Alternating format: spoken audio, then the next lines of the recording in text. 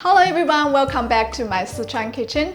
Today we're going to make the very classic Mapo Tofu. If you're new here, my name is Yi and I share easy to follow Asian recipes that you can cook at home.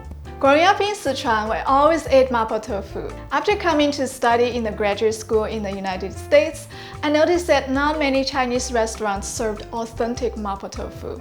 Now I understand that a lot of cultures have tweaked the ingredients of Mapo Tofu to adapt to the flavors they like. However, it's always kind of disappointing to me if I'm not getting the authentic Sichuanese Mapo Tofu.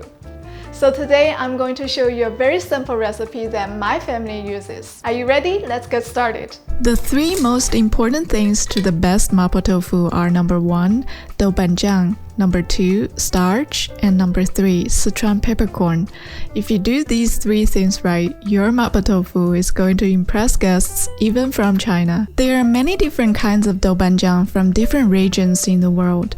To make the best Mapo Tofu, you need PiXian Doubanjiang. It is the kind of Doubanjiang originated from a town called PiXian near Chengdu, with over 300 years of history of making Doubanjiang. Finely chopped garlic, ginger, and green onion.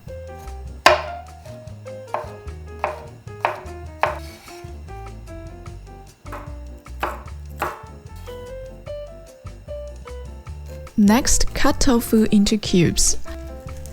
I recommend using firm tofu if you're new to cooking tofu so that they're less likely to fall to pieces. However, I've used both soft tofu and firm tofu for this dish and they all turned out delicious.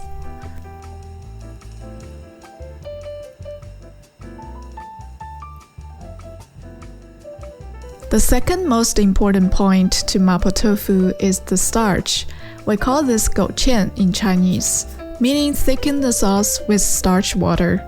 Start by adding 2 tablespoons of cornstarch in a bowl, adding about double the amount of water, and stir.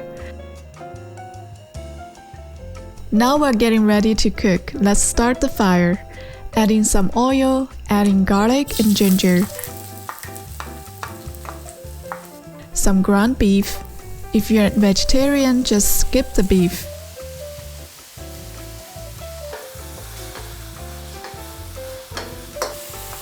Next, add in the doubanjiang and stir fry until fragrant. Doubanjiang produces an incredible aroma when it's fried. Adding some water, drop in the tofu, season with some soy sauce, a pinch of sugar, a pinch of peppercorn, and some salt. Let it boil for a couple minutes. Let's add starch water. Lower the heat and add 1 spoon at a time. You can see the sauce starts to thicken. When we achieve the thickness we need, turn off the fire and serve.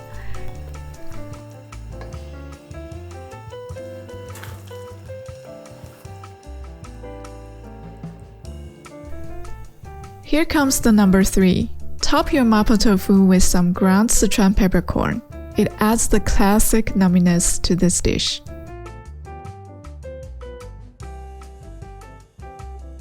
Let's give it a try. So good. Every inch of the tofu is covered by the sauce. It's numbing, it's a little spicy, and the doubanjiang flavor is perfect. I hope you guys enjoyed today's video. If you're interested in reading more about Mapo Tofu, I wrote a blog post about the history of Mapo Tofu with a lot of information I got from my grandpa, who's really an expert of history. And you can also find all the written recipes on my blog, SichuanKitchenRecipes.com. As always, hit the like button. I'll see you next time.